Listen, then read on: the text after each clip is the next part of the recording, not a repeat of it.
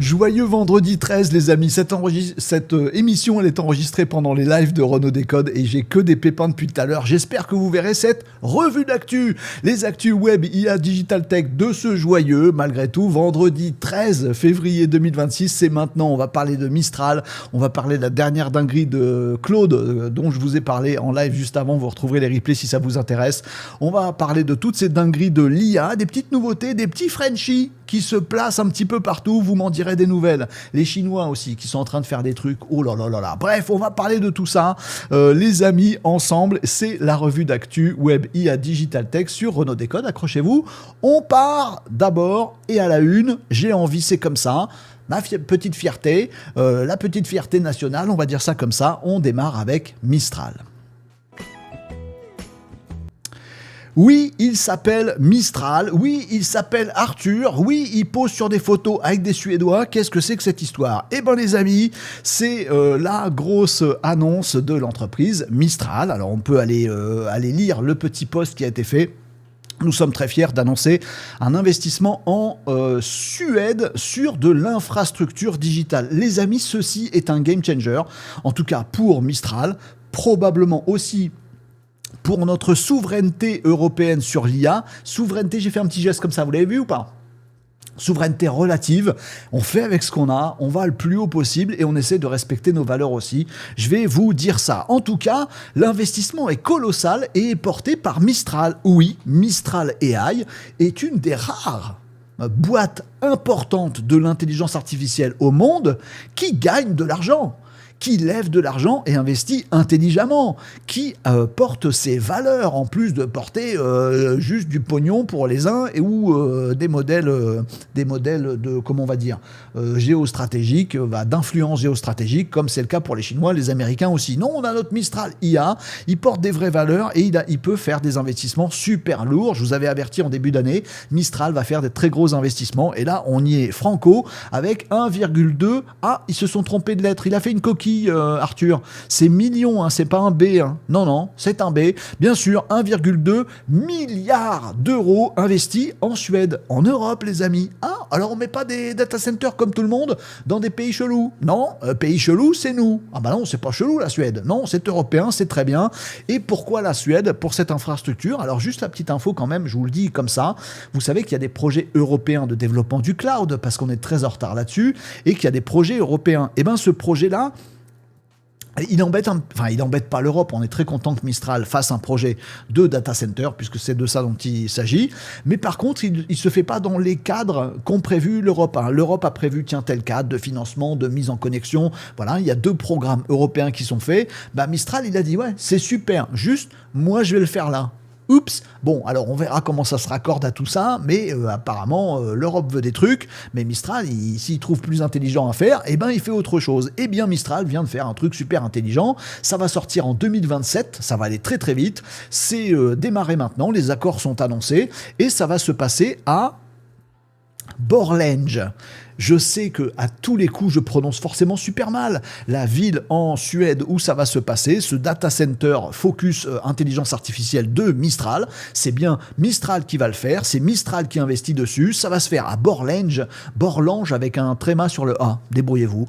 Voilà, c'est bien en Suède et ça a plein de valeurs, de choses très très intéressantes parce qu'on a quand même une capacité électrique qui est balèze, 23 mégawatts pour l'IA, alors à la fois pour l'entraînement des IA et aussi pour l'inférence, le fait que ces data centers, c'est eux qui vont générer les réponses que vous allez avoir dans vos utilisations des modèles Mistral ou dans le chat en ligne directement. Donc il y a l'entraînement des modèles et puis il y a l'inférence, c'est-à-dire le service de ces modèles pour qu'ils vous répondent vous dans votre utilisation quotidienne. Donc apparemment un data center qui sera mixte avec une grosse puissance et du bas carbone, mieux que ça. Les Suédois ont trouvé un truc assez dingo. Alors, je suis en train de... voilà, c'est marqué dessus. Ça s'appelle Eco Data Center. En fait, les Suédois font un truc super virtueux avec leur Eco Data Center, et donc Mistral a vu ça et s'est dit c'est là qu'on veut être, et je trouve ça vachement bien.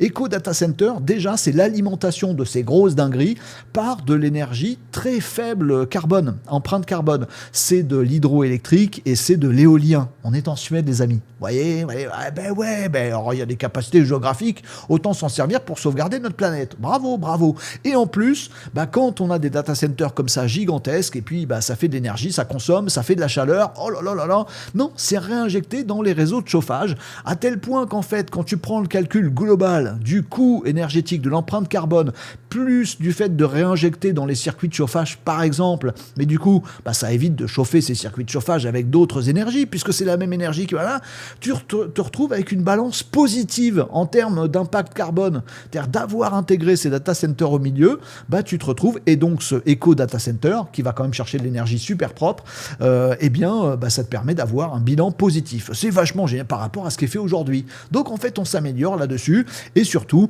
on note que Mistral AI, oui, investit des sommes folles aussi, en propre, pour avoir de la souveraineté, les amis, parce que ce data center va servir l'Europe, pour que la Suède, évidemment, tous les copains aussi, et on aura du coup nos données qui seront en Europe. Alors là, il n'y a pas besoin de se dire c'est un Américain qui va nous faire un cloud en disant que c'est européen, mais en fait c'est quand même dirigé par des Américains. Non, c'est tout français du début à la fin. Là pour le coup, bim, là on est bien, nos données elles vont rester en Europe, enfin français ou européens, et elles partiront pas ailleurs, il n'y a pas besoin, tu peux couper les tuyaux, c'est bon, on est indépendant. Ça c'est de la souveraineté.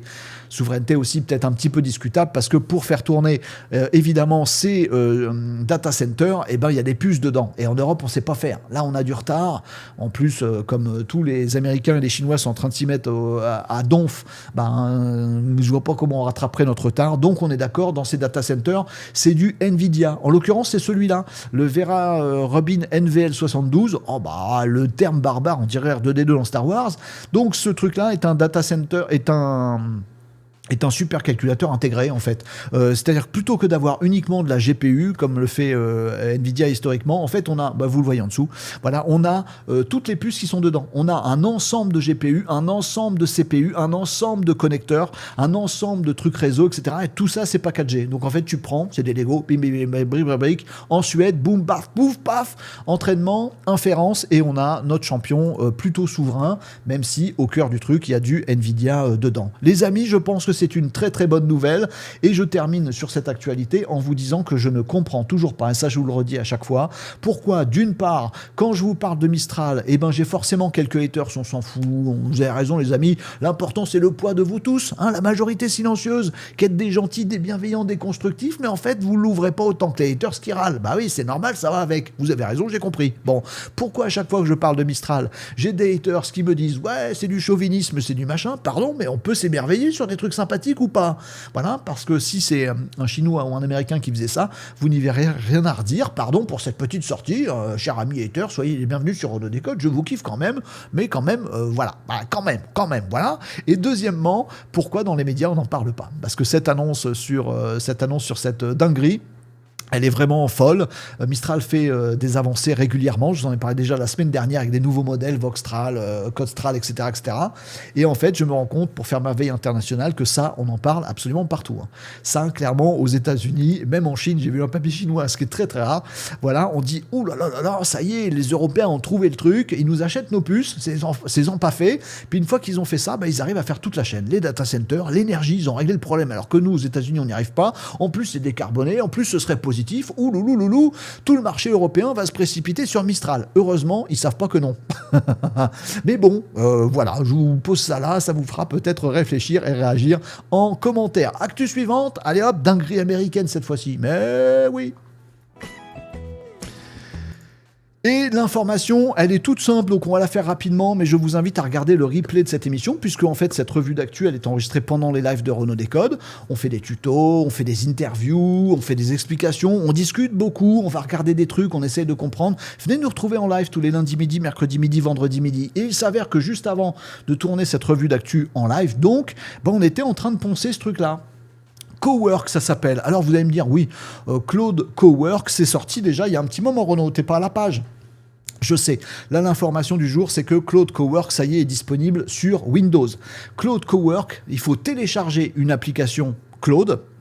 Et dans cette application Claude, vous vous retrouvez avec un petit onglet Cowork. Je vais ouvrir ça pour illustrer mes propos. Donc ça, c'est une application. En fait, derrière, c'est mon navigateur là. Ça, c'est bien une application Claude. Dedans, vous avez Claude Chat. Donc l'équivalent de ce que vous avez en ligne, mais en fait sous forme d'application plutôt que ouvert dans votre navigateur.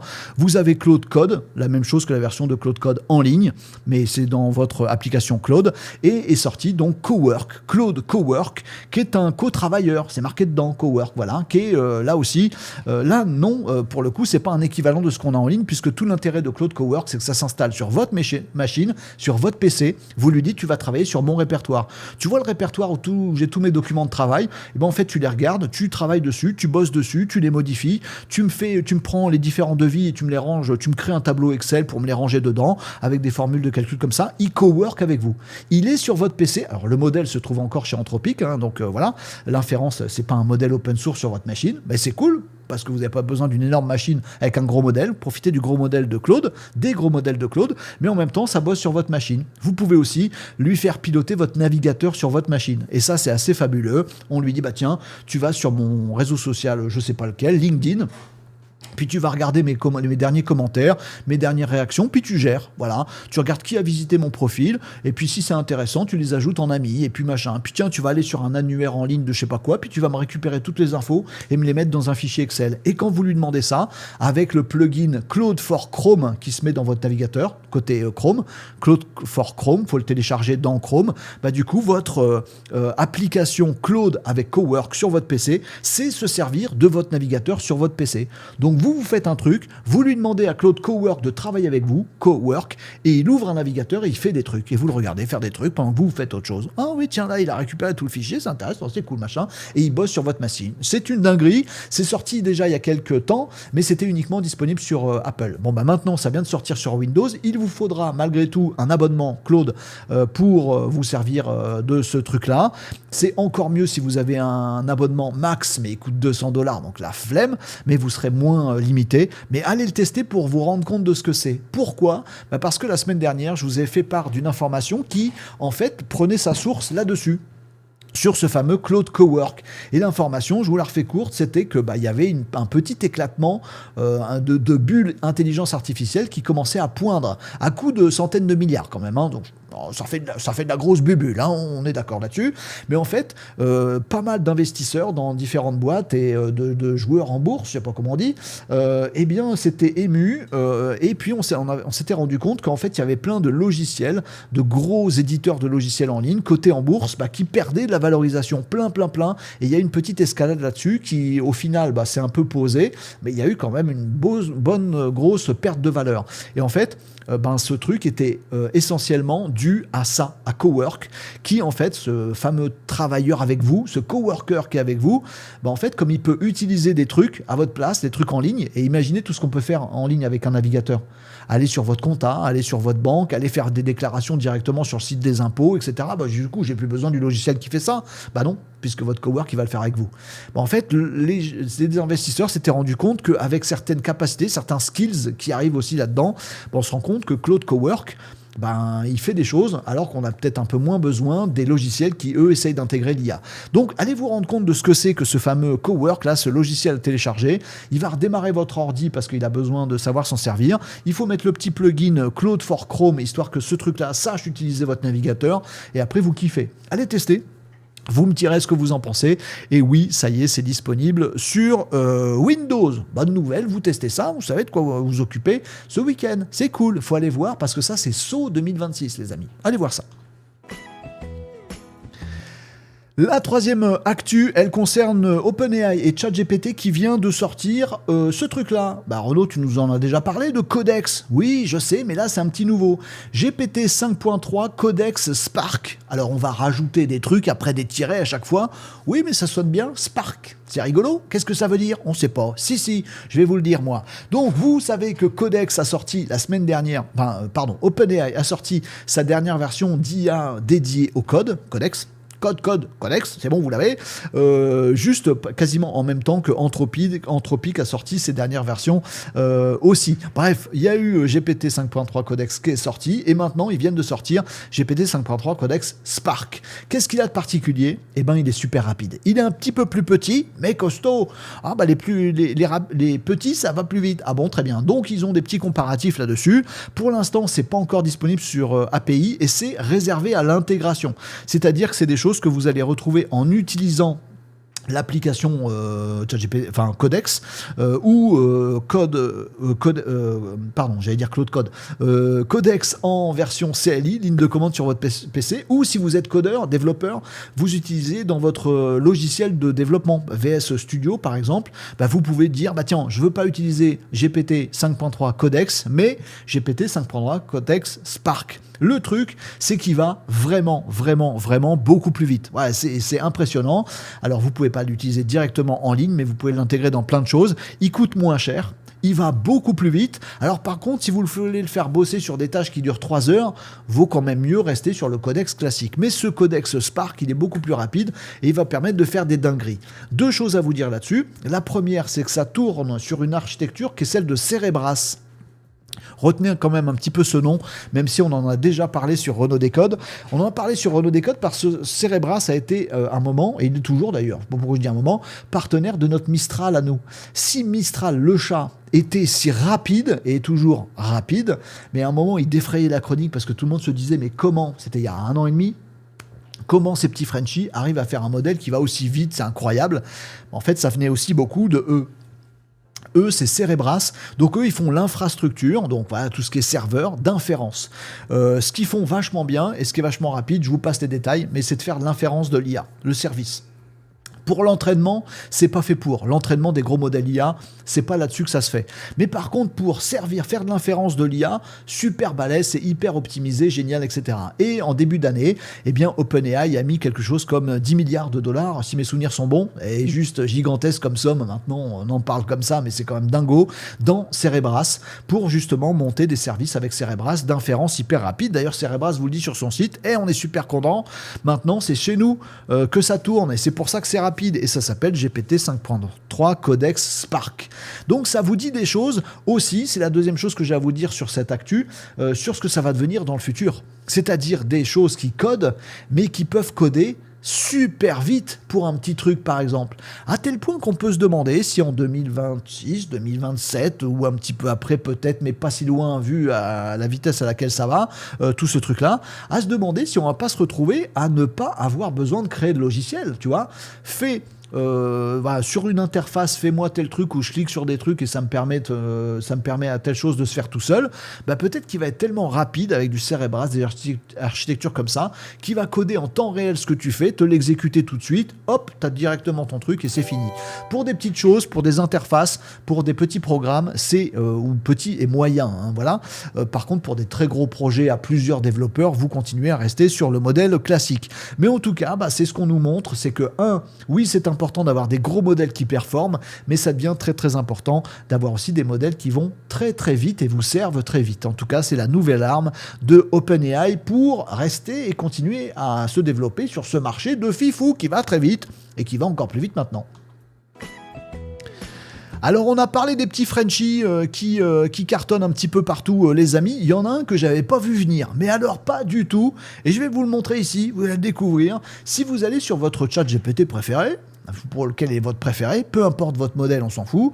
Vous allez sur chatgpt.com et vous allez découvrir, pas découvrir parce que j'en ai déjà parlé sur Renault Décode et vous êtes très attentifs, la possibilité ici avec le petit plus de gérer des applications connectées. Ouais, on peut connecter différentes applications qui sont vachement sympas.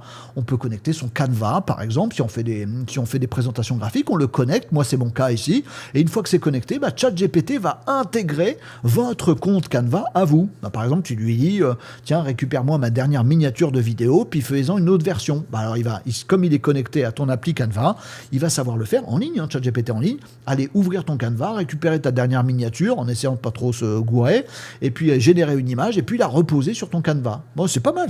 Bon, c'est de l'interface avec des outils.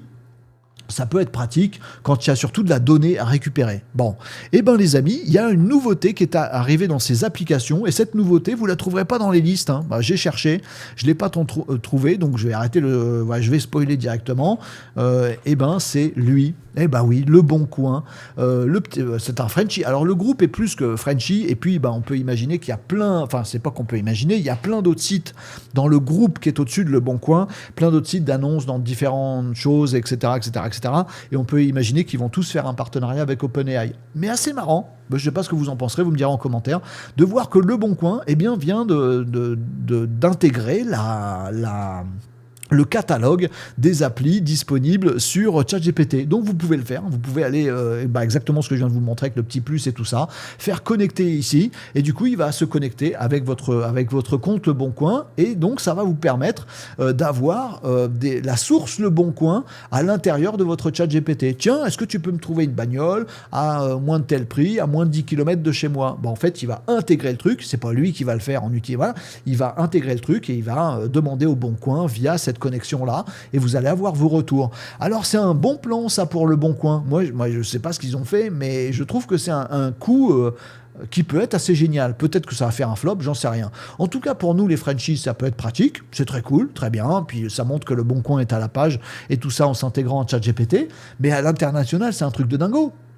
C'est-à-dire, quand tu es Le Bon Coin et que tu n'as pas des sites partout dans le monde aujourd'hui, tiens d'ailleurs, pourquoi ils n'ont pas percé dans le monde, je sais pas, bref, et ben tu te dis, attends, ChatGPT est utilisé partout dans le monde, les gens ils peuvent chercher des annonces, allez, hop, application, etc., etc. Peut-être que ça va faire venir des utilisateurs internationaux de ChatGPT sur Le Bon Coin, et peut-être que Le Bon Coin va davantage s'internationaliser, je ne sais pas, mais en tout cas, ça m'a fait sourire, voilà, de voir Le Bon Coin sur ChatGPT.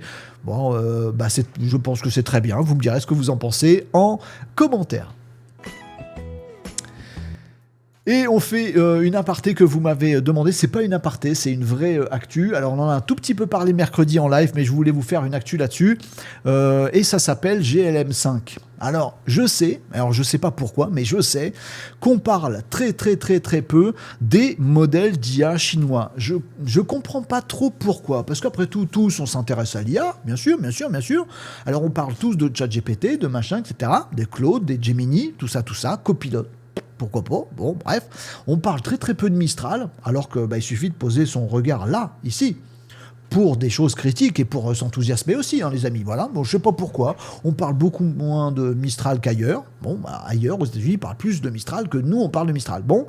Et alors, pour le coup, on doit avoir un torticolis qui nous bloque, parce que regardez de l'autre côté pour voir la Chine, là, personne ne le fait. Alors que les amis, encore un banger, GLM5. Alors vous allez me dire, qu'est-ce que c'est que ce truc-là d'une société qui visiblement a usurpé le logo de XAI? Non, cette société, je vais encore mal le dire, c'est Chipu, ZHIPU. Vous m'excusez les je sais pas quoi, les gens qui parlent chinois, je sais pas comment on dit, excusez-moi, pardon, je fais comme je peux, mais en tout cas cette boîte Chipu, ZHIPU, a sorti ce nouveau modèle qui est donc GLM5, qui est disponible en ligne, les amis. Vous pouvez aller voir sur z.ai, mais ça ressemble à x.ai, x, y, z. C'est 2 cases plus loin, très bien, il n'y a plus rien après dans l'alphabet.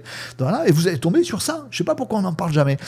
C'est ma faute aussi, z.ai, vous pouvez aller vous créer un compte, vous avez tout ça disponible sur API, vous avez les différents modèles qui peuvent être sélectionnés là-haut, dont le dernier modèle qui vient de sortir, GLM5, je vais vous en reparler un petit peu. Vous avez toutes les fonctionnalités que vous connaissez, mettre un fichier, faire des recherches approfondies, mettre en mode agent ou pas agent, etc. Oui, bien sûr, il a des capacités d'agentique extrêmement poussées, notamment le GLM5, et vous savez quoi? Il est clairement à la hauteur des géants IA américains dont on parle régulièrement.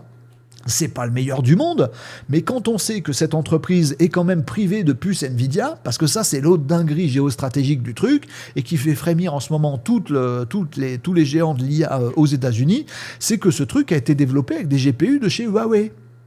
Là, la Chine a pris son indépendance. Ils ont entraîné ces modèles sur des supercalculateurs, des data centers. Ils font l'inférence avec des puces chinoises, avec des infras chinoises. Et ils nous font un modèle chinois qui est clairement à la hauteur des IA, des grosses IA, modèles commerciaux du marché américain, avec la particularité d'avoir une couche open source. Ah oui, regardez, il y a un petit logo Hugging Face ici. Vous êtes sous licence MIT. C'est-à-dire que si vous voulez développer un logiciel, si vous voulez avoir une IA chez vous, un logiciel avec de l'IA dedans, si vous voulez avoir une IA dans votre entreprise, alors attention, ce modèle est super performant, il est gigantesque. Vous ne le mettrez pas sur votre PC. Mais vous avez le droit, contrairement aux modèles commerciaux américains, vous avez le droit de prendre ce modèle. Si vous êtes une entreprise et que vous avez un serveur avec des gros GPU, ben vous pouvez prendre ce modèle, il tourne en local et vous payez que dalle. Licence MIT, vous pouvez l'intégrer dans un logiciel pour le diffuser un petit peu autour de vous, etc. Vous pouvez récupérer ce modèle, bouger les poids du modèle, en faire un petit peu ce que vous voulez. C'est à la fois un modèle commercial et un modèle en ligne et un modèle open. Un peu à la sauce Mistral d'ailleurs. D'ailleurs, ils se sont bien inspirés plus de Mistral que des modèles américains pour faire ça, avec de la Mixture of Experts. C'est un gros modèle, mais qui va vite. Il est au niveau des autres, très clairement, je vais vous montrer ça. Il sait tout faire. Voilà, donc il sait faire de l'agentique super balèze. Il sait faire de la revue, large. Je suis en train de chercher la taille du contexte, mais je ne l'ai pas sous les yeux, donc je me suis un peu perdu. Mais c'est pas grave, vous irez voir ça si ça vous intéresse, ou vous mettrez en commentaire. Mais en tout cas, il sait faire tout ce que c'est bien faire, savent bien faire les modèles américains, y compris le code, le raisonnement adaptif, plus ou moins comprendre que votre question, elle nécessite plus ou moins de raisonnement pour économiser du token quand il y a besoin ou pour pousser le raisonnement quand il y a besoin. Il sait tout faire. Et sur les benchmarks, il se retrouve un peu au-dessus des géants du secteur. Vous voyez, Gemini, ChatGPT, voire Claude d'Anthropic, ils sont dessus. Et puis, alors on compare pas au tout dernier modèle, mais quand même, vous voyez la bataille actuelle. Et puis, si vous allez faire un tour sur LM Arena, donc c'est l'endroit où en fait on fait des petites compétitions d'IA qui sont à l'aveugle. Vous demandez un truc, il vous sort 2 résultats et vous dit vous préférez quel résultat ? Celui-là. Et vous dit celui-là, en fait, il venait de chez Claude ou de chez Gemini, etc. Ça vous fait des classements et vous verrez que déjà dans le classement sur les capacités de code, alors certes en ce moment c'est Claude Opus 4.6 qui plie le game totalement, on est bien d'accord là-dessus. Voilà, il trust tout, il y a plusieurs modèles, mais regardez, on a du GPT derrière et on a du Z, le fameux GLM5 dont je vous parle, qui est carrément devant Gemini 3 en ressenti des gens, ce qui est quand même un truc hallucinant. On est vraiment, là il y a encore un modèle chinois, on est vraiment des modèles qui sont hyper performants, et même en texte pur, alors que c'est un modèle chinois, on pourrait dire il est moins satisfaisant pour etc. Non, il est ici, voilà, il est en 11e position, sachant qu'il y a des doublons, il y a 2 fois Grok, il y a 2 fois Claude, il y a 2 fois machin, voilà, il est là, le GLM5. Bref, attention aux Chinois, attention, est-ce qu'on dit attention aux Américains ? Oui. Attention aux deux, il est urgent déjà, c'est pas va, il est urgent de trouver notre voie européenne dans tout ça, peut-être avec notre Mistral, mais en tout cas intéressez-vous à GLM5 et ça peut être un game changer, notamment si vous voulez de l'open source. Si vous voulez pouvoir récupérer un modèle et le faire tourner dans votre boîte en payant 0, vous pouvez pas avec les modèles commerciaux américains, peut-être que la Chine va gagner la compète de l'IA mondiale grâce à ça. Vous me direz en commentaire ce que vous en pensez. Et on finit par une petite actu qui va plaire au SEO, vous savez, référencement naturel. Enfin maintenant c'est plus ça, c'est le GEO.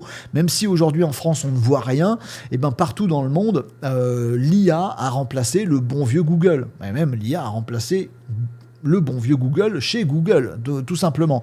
Puisque partout dans le monde, le classique moteur de recherche Google, qu'on utilise nous encore beaucoup en France de la façon historique, il a changé ces derniers mois très clairement, puisqu'on a les AI Overviews, on a le AI Mode, et puis on a aussi les habitudes des gens qui commencent à demander des trucs à ChatGPT, à Copilot, à Gemini, plutôt que d'aller sur un moteur de recherche traditionnel. Bon, tout ça évolue. Oui, sauf qu'avant, il y avait tout un marché du SEO qui vise à dire comment je fais pour être premier dans Google. Si maintenant les gens utilisent Google mais que c'est l'IA qui leur répond, donc ils s'en foutent du classement après, ou s'ils préfèrent utiliser ChatGPT plutôt que Google, à quoi ça sert d'être premier ? Tout ceci est en train de se mélanger, il y a plein de sites qui perdent de la visibilité à cause de ce que je viens de vous décrire, et on aimerait bien pouvoir suivre ça. Est-ce que je suis bien placé aux yeux, au cœur, aux mains des intelligences artificielles. Est-ce que ChatGPT me ressort, parle de moi de temps en temps quand on lui demande des trucs? Comment qu'on fait pour savoir ça? Eh bien, jusqu'à aujourd'hui, il n'y avait pas du tout de dataset, de board pour aller suivre ça. Est-ce que les IA nous connaissent et nous recommandent? Est-ce qu'elles tombent sur nous quand elles simulent des recherches pour répondre aux besoins de tout le monde? Eh bien, c'est Microsoft qui dégaine le premier. Les SEO connaissent cet outil, c'est Webmaster Tool, il est tout en haut ici, voilà, c'est affiché ici, de chez Microsoft, Bing. Alors malheureusement, il n'y a pas encore du côté de chez Google, on l'attend avec impatience, donc on l'a du côté de chez Microsoft. Alors bien sûr, ça ne concerne que l'écosystème Microsoft, donc Copilot pour les IA et Bing pour le navigateur. Ça donne quand même des petits indices. On peut se dire, tiens, si je suis plus ou moins bien vu par l'environnement IA de chez Microsoft, il y a des chances, c'est pas du tout direct et c'est vraiment un lien pas majoritaire, mais on peut se dire, au moins je suis vu, il y a des chances aussi que je sois vu par d'autres, ChatGPT, Gemini et Claude. On attendra leurs outils, mais en tout cas, c'est Bing, donc Microsoft qui démarre le premier, avec le premier board qui s'appelle donc AI Performance. Si vous connaissez cet outil, vous allez brancher, vous allez l'ouvrir. Si vous connaissez pas cet outil, vous allez dessus. Microsoft, Bing, Webmaster Tool, vous mettez votre site internet dessus, il y a des petites choses à connecter, ça va assez vite. Et du coup, il vous ressort des stats. Alors historiquement, il vous ressort ça, des performances de recherche que vous voyez ici. Et il vous dit, voilà comment vous ressortez dans les moteurs de recherche traditionnels. Là maintenant, il vous dit comment vous ressortez, c'est comme ça qu'il faut le dire, vous ressortez dans les IA. Alors celle de Copilot en l'occurrence, avec deux tableaux, ce qu'ils appellent le grounding queries. Alors c'est comme si on avait fait, il vous donne une liste des requêtes faites par les utilisateurs dans Copilot qui ont amené à faire découvrir votre site web. Mais en fait, les gens dans Copilot, ils tapent pas vraiment des requêtes, ils discutent, c'est de la conversation. Par exemple, étoile du Maroc, voilà, là, il définit que il y a des gens qui ont parlé de ce truc, pourquoi il y a une étoile sur le drapeau du Maroc, par exemple, voilà, ou qu'est-ce que ça veut dire, la course à l'échalote, machin. Il y a des gens qui ont parlé de ça, mais ils n'ont pas mis exactement ça. On n'est pas dans la logique SEO, on est vraiment dans la logique je discute avec l'IA, est-ce que ça s'est servi de mon site à un moment ou un autre. Donc il va vous dire, oui, il y a eu des moments où ça a parlé d'étoiles du Maroc ou de course à l'échalote, où ton site il a été mis en avant. Ouais, c'est ça les queries, les sujets, les demandes, les conversations qui déclenchent le fait que tu es bien positionné là-dessus. Et puis on a une logique aussi par page où on va te dire, voilà les pages qui ont le plus été citées dans les sources. Vous savez, quand on va demander un truc à Copilot, et aux autres, mais les autres n'ont pas cet écran-là, il nous dit, tiens, je me suis servi de telle source, telle source, telle source. On peut voir si notre site à nous, quelles pages de notre site ont été citées comme source dans les résultats des intelligences artificielles. C'est cool qu'on ait cette visualisation-là. On espère aussi, surtout, que ça va donner envie à Google de faire pareil, à ChatGPT de faire pareil, à Anthropic de faire pareil, pour qu'on puisse mesurer l'impact des IA et de cette nouvelle façon de consommer le web sur le trafic de nos propres sites web. Attention, méfiez-vous, il faut vous préparer à ça, parce que vraiment, les AI Overviews et le mode IA dans Google, il est présent partout sur la planète, sauf en France. Nous, on ne voit pas arriver le changement. Tous les autres, ils n'utilisent plus Google comme nous, on utilise encore à l'ancienne. Et ça fait des impacts énormes sur la visibilité. Donc, tenez-vous au courant de ces trucs-là. En suivant Renaud Descotes, par exemple. Ça, c'est une bonne idée. C'est une bonne idée. Si, c'est une bonne idée. Voilà pour cette revue d'actualité enregistrée en live. Venez nous retrouver tous les lundis midi, mercredi midi, vendredi midi, les amis. Et venez aussi nous retrouver sur le site de l'émission renaud-descotes.fr. C'est libre, ouvert, gratuit. Vous trouverez tous les chats, tous les forums, tout le réseau, tous les maninos qui sont dessus. Vous pouvez mettre des messages, vous pouvez envoyer des petits messages privés. Vous avez tout ce qu'il faut sur ce site. Et vous avez même l'accompagnement. On a le club Renaud Descotes. Ça coûte que 30 balles par mois. Si vous vous arrêtez quand vous voulez, vous pouvez prendre qu'un mois, 30 balles. Avec le code coupon CADAL que vous voyez ici, vous avez tous les parcours e-learning pour tout savoir de l'IA, de l'automatisation avec ou sans l'IA, bref, pour être au taquet de ces choses-là pour 2027. Il est temps, les amis, il faut y aller. Plus des événements privés, plus des ressources, c'est un club. Voilà, quoi de mieux pour progresser qu'un club? Allez-y, c'est sûr, renaud-descotes.fr. Merci à vous d'avoir suivi cette revue d'actualité web, IA, digital, tech sur Renaud Descotes.